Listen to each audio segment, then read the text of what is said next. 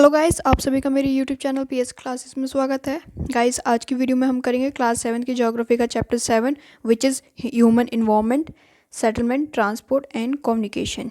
ठीक है, इसके बारे में पढ़ेंगे। और मैंने अभी तक आपको 6 चैप्टर करवा दिए हैं। चैप्टर 6 तक करवा दिया है मैंने आपको, और कुछ ही चैप्टर रह गए हैं ज्योग्राफी के बुक के, क्लास 7 की ज्योग्राफी के बुक के कुछ ही चैप्टर रह गए हैं, और कुछ ही दिनों में हम वो भी कंप्लीट कर लेंगे। और ये बुक ज्योग्राफी का ये जो सब्जेक्ट है हमारा कंप्लीट हो जाएगा। आप चाहो तो प्रीवियस वीडियो भी देख के नोट्स बना सकते हैं।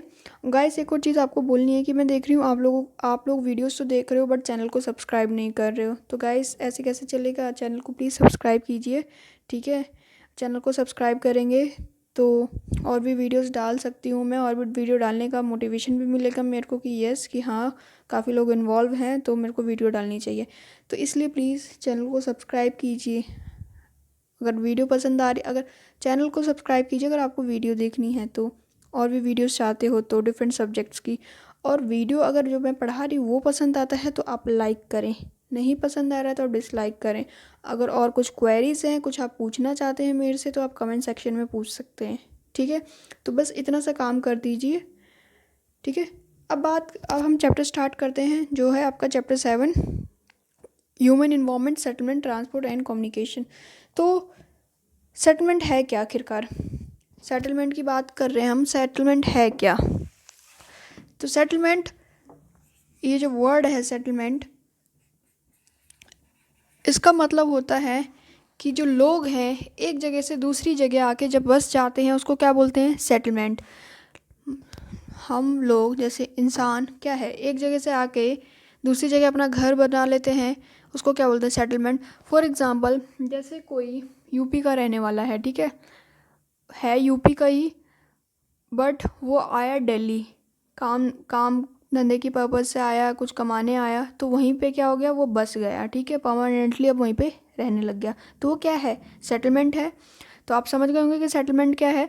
सेटलमेंट कुछ नहीं है, बस ऐसी प्लेस, ऐसी जगह जहाँ पे आके लोग बस जाते हैं, अपना घर बनाते हैं। ठीक है, अब बात करते हैं सेटलमेंट। अभी के टाइम में तो आप देख रहे हो कैसे हम लोग बस रहे हैं, लोग आके बस जाते हैं। पहले के टाइम में क्या होता था, जो पहले के अर्ली ह्यूमन बींग्स हुआ करते थे, वो अपना सेटलमेंट कहाँ करते थे? या तो ट्रीज़ में करते थे, पेड़ पे, ठीक है, और केव्स में करते थे, यानी कि गुफा में करते थे। पहले कहाँ करते थे? ट्रीज़ और केव्स में। आपके जो आप लोग कहते हो ना, आदि मानव का जो पीरियड था, टाइम पीरियड था, तो आप वो कह सकते हो। चाहे जो बहुत पहले के लोग थे, पहले वो ट्रीज़ या केव्स में अपना सेटलमेंट किया करते थे। ठीक है, और वो ज़्यादातर ये सेटलमेंट कहाँ करते थे?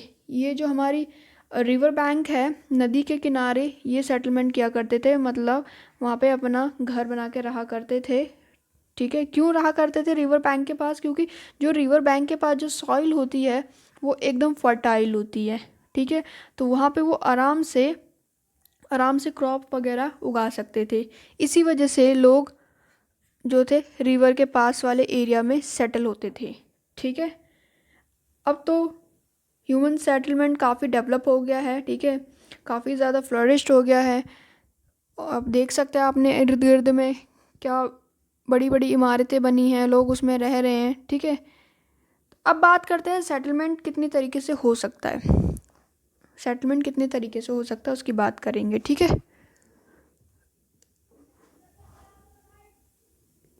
देखो सेटलमेंट जो है दो तरीके से हो सकती है। एक है परमानेंट सेटलमेंट और एक है टेम्पररी सेटलमेंट। परमानेंट सेटलमेंट से आपको परमानेंट नाम से ही पता चल रहा होगा कि परमानेंट सेटलमेंट वो होती है जो जहाँ पे लोग परमानेंटली बसते हैं। ठीक है, अपना घर बनाते हैं और वहीं पे रहते हैं। और टेम्पररी का मतलब आप समझते होंगे। टेम्पररी सेटलमेंट वो होती है जहाँ पे लोग कुछ वक्त के लिए रहते हैं, फिर वो जगह, वो प्लेस छोड़ देते हैं, वो साइड छोड़ देते हैं। ठीक है, परमानेंट सेटलमेंट में जैसे आप ही हो, जैसे आप आए कहाँ से? यूपी से आए। ठीक है, यूपी से आ गया परमानेंटली, आप कहाँ बस गए? और दिल्ली में, यहाँ पे अपना घर वगैरह बना लिया आपने। ठीक है, ऐसे ही टेम्पररी सेटलमेंट की बात करें, जैसे कि काफ़ी लोग हैं जो माउंटेन्स एरिया में रहते हैं, तो वो कुछ वजह तक कुछ टाइम पीरियड तक वो माउंटेन्स एरिया में रहते हैं। जैसे ही ज़्यादा ठंड वगैरह पड़ने लगती है, ज़रूरत से ज़्यादा बर्फ़ गिरने लगती है, तो वो वहाँ से शिफ्ट कर जाते हैं।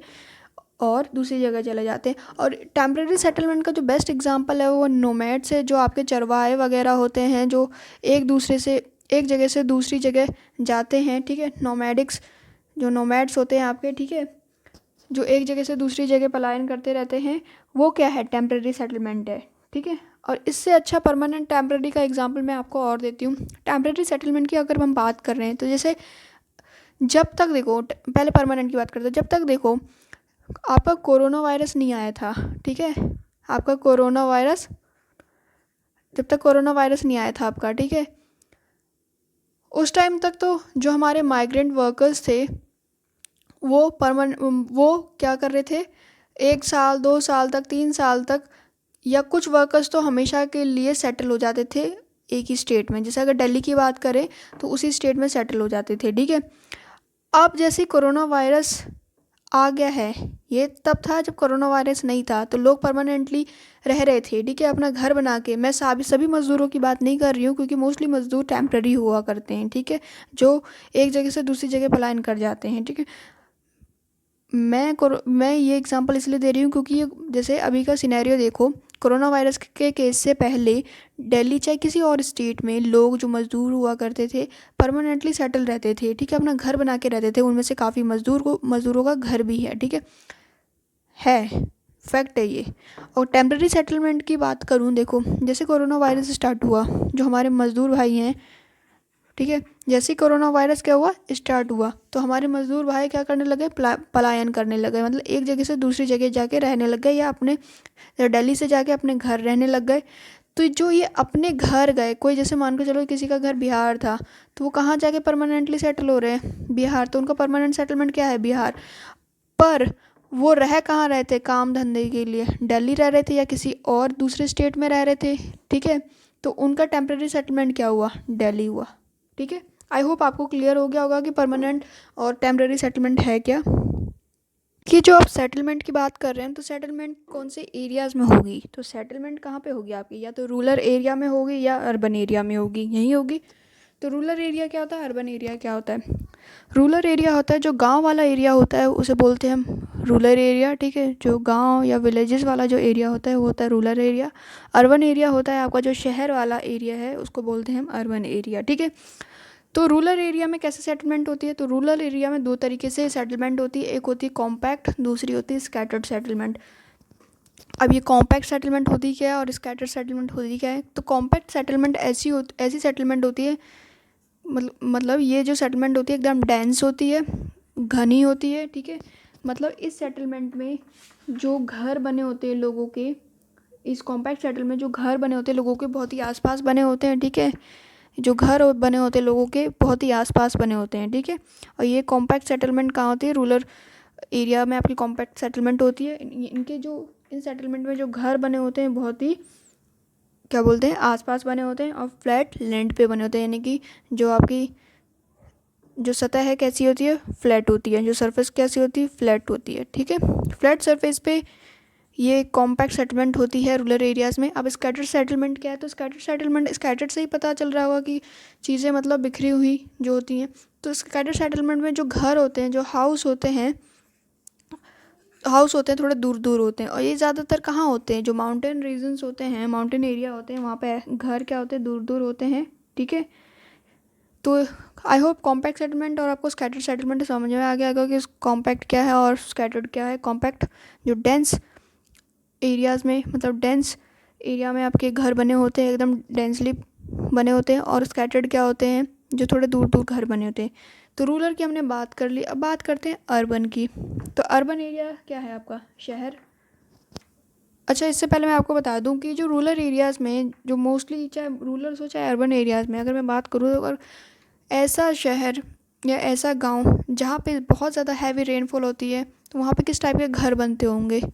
तो वहाँ पे जहाँ पे हैवी रेनफॉल होती है, तो वहाँ पे लोग जो रूफ़ वगैरह है, जो छत है, कैसी बनाते हैं, स्लांटिंग बनाते हैं। स्लांट का मतलब होता है जो थोड़ी सी तिरछी होती है, जिसके थ्रू पानी निकल जाए बारिश का। तो ठीक है, जो ऐसे एरियाज़ में जहाँ हैवी रेनफॉल होती है, वहाँ पे लोग छत कैसे बनाते हैं, स्लांट बनाते हैं। स्लांट का मतलब जो थोड़ा सा तिरछा होता है, ठीक है। तिरछा क्यों बनाते हैं, ताकि उसके थ्रू क्या जो बारिश है आपका नीचे, बारिश का पानी नीचे गिर जाए, ठीक है। आई होप आपको क्लियर हो गया होगा। और जो रूरल एरिया में गांव जो घर बने होते हैं किसके बने होते हैं, मड के, मिट्टी वगैरह से बने होते हैं, ठीक है। और कुछ आपके क्या बोलते हैं, ब्रिक्स वगैरह से भी बने होते हैं, ठीक है। तो और उसके बाद ब्रिक्स हो गए, पत्थर हो गए, ठीक है, स्टोन्स, क्ले हो गए। अब बात करते हैं अर्बन एरिया की। तो अर्बन एरिया में जो घर होते हैं, पहले तो अर्बन एरिया बोलते हैं किसको, शहर को। तो अर्बन एरिया में शहर कैसे डिवाइडेड होते हैं, कुछ सिटीज़ में होते हैं, कुछ टाउन्स में होते हैं, ठीक है। और यहाँ पे जो घर होते हैं कैसे होते हैं, अर्बन एरियाज़ में जो घर होते हैं यहाँ पे थोड़े से डेंस होते हैं। अर्बन अर्बन एरिया में थोड़े से डेंस होते हैं, ठीक है। आपको डेंस भी मिलेंगे आपको, और स्कैटर्ड भी मिलेंगे। और यहाँ पे आपके जो मैन्युफैक्चरिंग यूनिट्स होती हैं, मतलब फैक्ट्रीज़ वगैरह भी आपको मिलेगी यहाँ पे आपको अर्बन एरिया में, ठीक है। काफ़ी सारी इंडस्ट्रीज़ भी मिलेगी आपको अर्बन एरिया में, ठीक है। तो अर्बन एरिया में क्या है, जो घर है वो भी डेंस भी होते हैं, कॉम्पैक्ट भी होते हैं, स्कैटर्ड भी होते हैं, ठीक है। और यहाँ पे ज़्यादातर क्या मिलती है, फैक्ट्रीज़ वगैरह भी मिलती हैं आपको। आपके काम करने के लिए कंपनीज़ वगैरह भी ज़्यादातर अर्बन एरियाज़ में होती है as compare to rural areas, ठीक है। तो हमने ये पढ़ लिया सेटलमेंट क्या है, सेटलमेंट रूरल और अर्बन में कैसी होती है, टाइप्स पढ़ ले कि किस तरीके से सेटलमेंट होती है। अब बात करते हैं हम ट्रांसपोर्ट की। ट्रांसपोर्ट की बात करते हैं। ट्रांसपोर्ट का मतलब क्या होता है, ट्रांसपोर्ट का मतलब होता है यातायात। हिंदी में ट्रांसपोर्ट का मतलब क्या होता है, यातायात बोलते हैं हम ट्रांसपोर्ट को, यातायात ही ना बोलते हैं। तो ट्रांसपोर्ट क्या है, ट्रांसपोर्ट एक ऐसा साधन है जिसके द्वारा हम, ट्रांसपोर्ट ऐसा साधन है जिसके द्वारा हम इंसान को एक जगह से दूसरी जगह भेज सकते हैं, चाहे सामान को एक जगह से दूसरी जगह हम भेज सकते हैं। जैसे अगर हमें घर खाली करना, शिफ्ट करना है, दिल्ली से यूपी जाना है हमें, तो हम दिल्ली से सामान कहाँ लेके जाते हैं, यूपी लेके जाते हैं। तो किसकी मदद से, ट्रांसपोर्टेशन की मदद से, ठीक है। ऐसे ही अगर हमें कहीं घूमने के लिए जाना होता है, तो या तो हम एरोप्लेन की टिकट बुक करवाते हैं, या रेलवे या बस। तो हम क्या काम कर रहे हैं, ट्रांसपोर्ट का यूज़ कर रहे हैं। तो ट्रांसपोर्ट का काम क्या है, हमें एक जगह से दूसरी जगह पहुंचाना।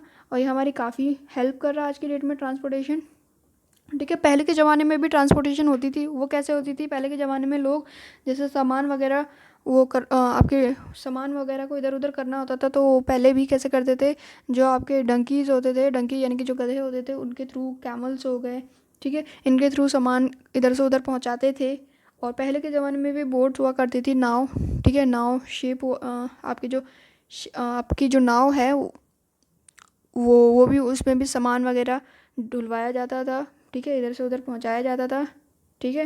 और फिर आपकी शिप हो गई, शिप भी हुआ करती थी पहले ज़्यादा, आज की डेट में तो बहुत बड़ी शिप होती हैं, पहले छोटी हुआ करती थी। तो उसमें भी सामान की ट्रेडिंग होती थी इधर से उधर, ठीक है। तो अब ट्रांसपोर्ट किन किन तरीके से ट्रांसपोर्टेशन हो सकती है, तो अब देखो ट्रांसपोर्टेशन किन किन तरीक़ों से हो सकती है, ये तो आपको भी पता होगा कि काफ़ी सारे मोड्स हैं ट्रांसपोर्टेशन के। तो हम मोड्स ऑफ ट्रांसपोर्टेशन की बात करें तो कितने सारे मोड्स हैं ट्रांसपोर्टेशन के, आपके रोडवेज़ हो गए, ठीक है, आपके रोडवेज़ हो गए, रेलवेज़ हो गए, एयरवेज़ हो गए, वाटरवेज़ हो गए।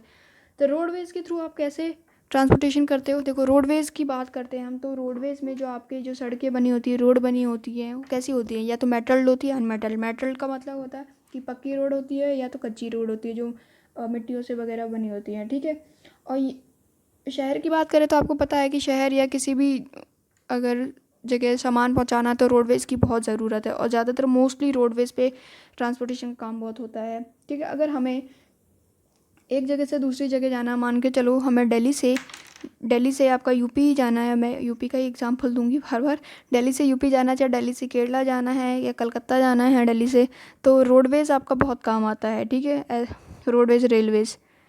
तो रोडवेज़ की अगर मैं बात करूँ तो रोडवेज़ कैसे होते हैं, पक्के होंगे, पक्के रोड होते हैं, कच्चे रोड होते हैं, ठीक है। और इससे रिलेटेड मैं आपको एक और बात बताती हूँ, जो रोडवेज़ होते हैं उसमें क्या बोलते हैं, स्टेट, जो राज्य सरकार है उनकी भी रोड्स अलग होती हैं, और जो केंद्र सरकार है यानी कि जो हमारी केंद्र सरकार है उनकी भी रोड अलग होती है। तो एक स्टेट रोडवेज़ होती है, एक नेशनल रोडवेज़ होती है, ठीक है। आपको आई थिंक आपको पता होगा कि स्टेट रोडवेज़, नेशनल रोडवेज़ क्या होती हैं, मैंने बता भी दिया है। वैसे स्टेट रोडवेज़ जो राज्य सरकार की रोड होती है, जो राज्य सरकार अपने एरियाज़ में बनवाती है, और नेशनल जो ऑल ओवर इंडिया में जो केंद्र सरकार बनवाती है, ठीक है। तो ये रोडवेज़ होते हैं, ठीक है। तो रोडवेज़ पे जो आपके, जैसे आप हाईवे वगैरह सुनते हो, तो काफ़ी सारे हाईवे भी बना रखे हैं जिस पे गाड़ियाँ एकदम मज़े से, मतलब इतना रश नहीं होता हाईवेज़ पे, ठीक है। तो आपको हाईवे से रिलेटेड मैं एक पॉइंट बताना चाहती हूँ। हाईवे का जो एक पॉइंट है वो ये है कि जो मनाली और ले का जो हाईवे है हिमालयन माउंटेन्स में, वो सबसे बड़ा, सबसे ऊंचा, जो मनाली और ले का जो हाईवे है, मनाली और लेह को जो हाईवे जोड़ता है, कनेक्ट करता है, ये जो हाईवे है ये आपका सबसे हाईएस्ट हाईवे है, ठीक है। क्या है? सबसे हाईएस्ट यानी कि सबसे ऊंचा हाईवे है। क्या है? सबसे ऊंचा आपका हाईवे है, ठीक है। सबसे ऊंचा हाईवे है, ठीक है।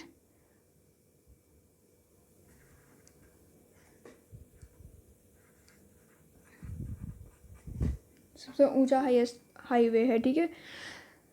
अगर कोई पूछो वर्ल्ड में सबसे ऊंचा हाईएस्ट हाईवे कौन सा है, तो मनाली ले है, ठीक है।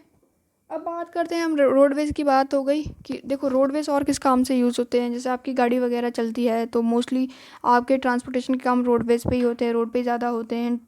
मैं ऐसा नहीं कि रेलवे से एयरवेज़ में, वाटरवेज़ में नहीं होता है, बट रोडवेज़ हमारी मेन ज़रूरत है। क्योंकि मोस्टली अगर हम पैदल भी निकलते हैं, चाहे हम बाइक लेके भी निकलते हैं, स्कूटी लेके निकलते, कार लेके निकलते हैं, तो सबसे पहले हम रोडवेज़ यूज़ करते हैं, ना कि रेलवेज़, एयरवेज़ और वाटरवेज़, ठीक है। तो roadways is a very important mode of transportation. अब बात करते हैं रेलवेज़ की। देखो रेलवेज़ हमारे लिए एक बहुत ही वरदान की तरह समझ लो, चाहे आप कुछ भी समझ लो, बहुत ही ज़्यादा हमारे लिए, हमारी कंट्री के लिए बहुत ही ज़्यादा बेनिफिशियल रहा है। चाहे दूसरी कंट्रीज़ के लिए भी रेलवेज़ की मदद से हम एक जगह से दूसरी जगह सामान आराम से पहुंचा सकते हैं, वो भी लार्ज अमाउंट में। कैसे? देखो रेलवेज़, अगर मैं बस और रेल को कंपेयर करूँ तो सबसे तेज़ जो चलती है रेल चलती है, ठीक है। स्पीड रेल की ज़्यादा होती है, और ऐसी रेल में काफ़ी सारी सुपर फास्ट ट्रेन हैं जो दूसरी ट्रेन के मुकाबले में भी ज़्यादा स्पीड से चलती है। तो रेलवेज़ क्या काम हमारा आसान कर देता है, जो सामान को पहुंचने में 2 दिन लगता था वो सामान एक ही दिन के अंदर पहुंच जाता है अब, ठीक है। तो इससे टाइम की बचत हो गई, और सामान जो एक स्टेट से दूसरी स्टेट जा सकता था वो भी अब ईज़िली पहुंच सकता है, ठीक है। तो रेलवेज़ काफ़ी ज़्यादा हेल्पफुल है आज के टाइम में, ठीक है। और जो इंडियन रेलवे नेटवर्क है वो पूरी एशिया में सबसे लार्जेस्ट है।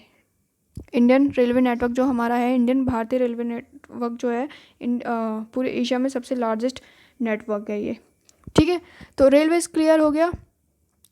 अब बात करते हैं एयरवेज़ की। एयरवेज़ का क्या मतलब हुआ? जो हवाई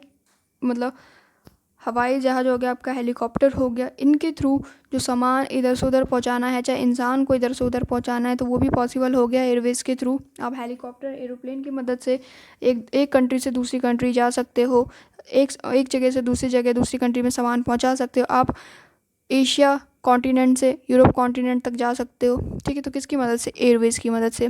अब बात करते हैं वाटरवेज़ की। तो वाटरवेज़ है क्या? वाटरवेज़, और जैसे वाटरवेज़ की अगर मैं बात करूँ तो वाटरवेज़ क्या है, आपको भी पता होगा। जो शिप है हमारी, बोट्स हैं, जिसकी मदद से हम सामान इधर से उधर पहुंचाते हैं, चाहे खुद लोग इधर से उधर जा सकते हैं शिप की मदद से। तो और स्पेशली शिप कहाँ पे काम आती होगी? जो आपका आइलैंड वाला एरिया है, जो टापू वाले एरिया हैं, उस रीजन में आपकी शिप काम आएगी। जो आइलैंड वाला एरिया है वहाँ पे ज़्यादा आसानी और हो जाएगी। टापू वाला जो एरिया है वहाँ पे सामान ईज़िली पहुँच जाएगा, क्योंकि वहाँ पे तो रोडवेज़ है नहीं, रेलवेज़ है नहीं। और तो काम क्या आता है? वाटरवेज़ आपका काम आता है, ठीक है, आइलैंड वाले एरिया में। और एयरवेज़ की बात करूँ तो एयरवेज़ अगर पहुँच भी जाए वहाँ पे आइलैंड वाले एरिया में, तो एयरवे का जो पेट्रोल होता है, जो फ्यूल होता है, जो भी फ्यूल डलता है एरोप्लेन या हेलीकॉप्टर में, वो फ्यूल बहुत ही ज़्यादा कॉस्टली होता है। तो सभी लोग अफोर्ड नहीं कर सकते हैं एयरवेज़ कॉस्टली होता है एज़ कम्पेयर टू बाकी मीन ऑफ ट्रांसपोर्टेशन से, ठीक है। वाटरवेज़ आपके जो, देखो काफ़ी सारे पोर्ट्स भी हैं, पोरबंदर भी हैं। क्यों हैं? वाटरवेज़ जो भी सामान वगैरह जो ढोना होता है, ठीक है, जो भी शिप वगैरह खड़ी होती है, उनको भी तो एक पोर्ट चाहिए ना, पोरबंदर चाहिए ना। तो ऐसे इसलिए हमारी कंट्रीज़ में भी बहुत सारे पोरबंदर है, और ऐसी हमारी कंट्रीज़ में नहीं, बाकी और भी काफ़ी सारी कंट्रीज़ में पोरबंदर है, ठीक है। और बहुत ही फेमस पोरबंदर हैं, और काफ़ी ज़्यादा ये पोरबंदर सामान ट्रेडिंग की वजह से फेमस है। सामान इधर से उधर पहुंचाने में काफ़ी ज़्यादा हेल्प करता है हमारा वाटरवेज़, ठीक है। आई होप आपको क्लियर हो गया होगा ये मोड्स ऑफ ट्रांसपोर्टेशन। अब बात करेंगे हम कम्युनिकेशन की। कम्युनिकेशन क्या है, आप लोगों को भी पता होगा कि कम्युनिकेशन होता क्या है। तो कम्युनिकेशन क्या है, कम्युनिकेशन एक प्रोसेस है जिसके थ्रू हम अपना मैसेज दूसरे इंसान को पहुंचा सकते हैं। ठीक है, अगर मैं आपको समझा रही हूँ तो मैं भी क्या कर रही हूँ, कम्युनिकेट कर रही हूँ। तो मैं अपने ज़रिए ये वीडियो का कंसेप्ट, ये वीडियो से आपको मैं चैप्टर समझा पा रही हूँ। तो अपना मैं क्या कर रही हूँ, मैसेज कम्युनिकेट कर रही हूँ। तो कम्युनिकेशन क्या है, एक प्रोसेस है जिसके थ्रू हम एक एक एक जगह से दूसरी जगह मैसेज एक मतलब एक बंदे से दूसरी बंदे तक हम मैसेज पहुंचा सकते हैं। ठीक है, तो कम्युनिकेशन आई होप आपको क्लियर हो गया कि कम्युनिकेशन क्या है। एक ऐसा प्रोसेस है जिसके थ्रू हम अपना मैसेज दूसरे तक पहुंचा सकते हैं। अब देखो, मैसेज पहुंचाने के लिए काफ़ी आज की डेट में तो इतनी सारी टेक्नोलॉजीज़ हो गई हैं, इतनी मतलब हमारी जो कंट्री है इतनी इन्हेंस कर गई है, आगे बढ़ गई है, इतनी इनोवेटिव चीज़ें निकाल के ला रही हैं कि हम अपना मैसेज ईज़िली पहुंचा सकते हैं। पहले के ज़माने में क्या होता था, लोग एक दूसरे को चिट्ठी भेजा करते थे, लेटर्स भेजा करते थे, और दूसरे के रिप्लाई के लिए काफ़ी दिनों तक वेट करना पड़ता था। बट आज की डेट में टेलीफोन है, आपका मोबाइल फ़ोन है, आपके लिए तो एक वरदान की तरह है आपका मोबाइल फ़ोन। आप आज की डेट में क्या कर पा रहे हो, बात तो कर ही पा रहे हो लोगों से, आप इंटरनेट यूज़ कर पा रहे हो, आप चीज़ें सीख पाते हो आज यूट्यूब की मदद से। ठीक है, तो आप कम्युनिकेशन आप देख रहे हो कि कितनी कितनी तरीके से डेवलप हो गया है, टेक्नोलॉजी कितनी इन्हेंस हो गई, कितनी आगे बढ़ चुकी है। तो कम्युनिकेशन के कितने सारे मोड्स हैं जिसके थ्रू मैसेजेस हम तक डिलीवर होते हैं। जैसे कि आपका मैं अगर देखो, आपके कितने सारे मास मीडिया है। मास मीडिया क्या होता है, मास मीडिया वो सारे मीडियम्स जिसके थ्रू कम्युनिकेशन पॉसिबल है। ठीक है, मास मीडिया क्या होता है, जिसके थ्रू कम्युनिकेशन पॉसिबल है। वो सारे मोड्स वो सारे मोड्स जिसके थ्रू हम कम्युनिकेट कर सकते हैं। जैसे कि मास मीडिया में आपका क्या हो गया, रेडियो हो गया, ठीक है, टीवी हो गया, आपका हुआ कि नहीं हुआ, आपके रेडियो हो गए, टीवी हो गए, न्यूज़पेपर हो गए। इनके थ्रू क्या हम लोगों को जो मैसेज कम्युनिकेट करना होता है वो कर पाते हैं। जैसे न्यूज़पेपर है, न्यूज़पेपर में दुनिया भर की न्यूज़ होती हैं, खबरें होती हैं। तो वो क्या कर रही हैं, चीज़ें, वो भी तो चीज़ें कम्युनिकेट कर रही हैं, हमारे तक वो चीज़ें पहुंचाई जा रही हैं। ठीक है, रेडियो में आप सॉन्ग सुनते हो, चाहे आप न्यूज़ सुनते हो, चाहे कुछ बातें सुनते हो, तो वो भी क्या करते हैं, वो भी तो अपना मैसेज कम्युनिकेट करते हैं हम तक। टीवी में आप एड्स देखते हो, तो एड्स देख के आप चीज़ें खरीदते हो, क्या तो कैसे खरीद पा रहे हो, वो हमसे कम्युनिकेट कर रहे हैं। कंपनी कम्युनिकेट नहीं कर रही है, एडवर्टीज़मेंट के थ्रू वो हमसे कम्युनिकेट कर रहे हैं, हमें चीज़ें बता रहे हैं। तो वो क्या है, कम्युनिकेशन ही तो है। तो आज की डेट में टेक्नोलॉजी इतनी इनहेंस है कि ये सारे मास मीडिया मिलके कम्युनिकेशन को और बूस्ट कर रहे हैं। ठीक है, बहुत ही ज़्यादा स्ट्रॉन्ग कम्युनिकेशन होता जा रहा है आज की डेट में। और आपके जो ईमेल्स हैं आज की डेट में, जो लेटर का काम कर रहे हैं, पहले लेटर की ज़रूरत होती थी इधर से उधर भेजने के लिए लेटर्स को, और उसमें टाइम लगता था। बट आज की डेट में इंटरनेट की वजह से ईमेल्स आप इजीली भेज सकते हो, एक जगह से दूसरी जगह। आप टिकट्स बुक कर सकते हो मूवी की, आपको किसी रेलवे की टिकट बुक करवानी हो, ट्रेन की टिकट बुक करवानी हो। ठीक है, आप अपनी पेमेंट्स कर सकते हो, जैसे कि आपका वाटर बिल हो गया आपका, ठीक है, इलेक्ट्रॉनिक बिल हो गया आपका, आप क्या बहुत सारी चीज़ें कर सकते हो। तो आप देख रहे हो कम्युनिकेशन कैसे इन्हेंस होते जा रहा है, कैसे आगे बढ़ता जा रहा है, टेक्नोलॉजी कैसे इम्प्रूव होती जा रही है।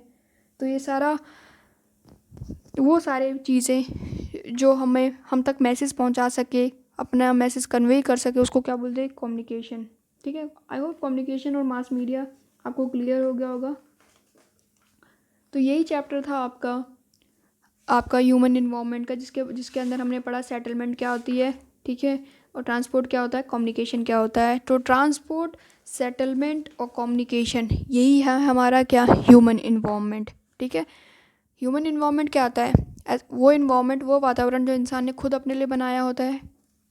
तो ये सब क्या है, ट्रांसपोर्ट, सेटलमेंट, कम्युनिकेशन क्या है, इंसान द्वारा बनाई हुई चीज़ें हैं। ठीक है, अब बात करते हैं एक्सरसाइज पे चलेंगे कि एक्सरसाइज में क्वेश्चंस कैसे हैं।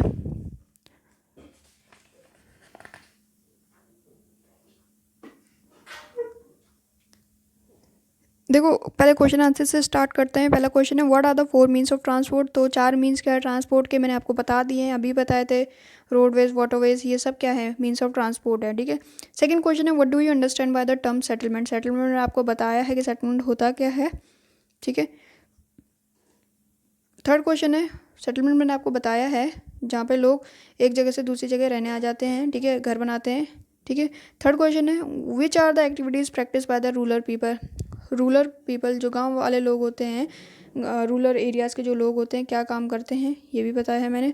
फोर्थ क्वेश्चन है mention any two merits of Railways. Railways के दो आपको मेरिट्स बताने हैं, बेनिफिट बताने हैं कि रेलवेज़ क्या हमारे लिए कैसे बेनिफिशियल रहेगा।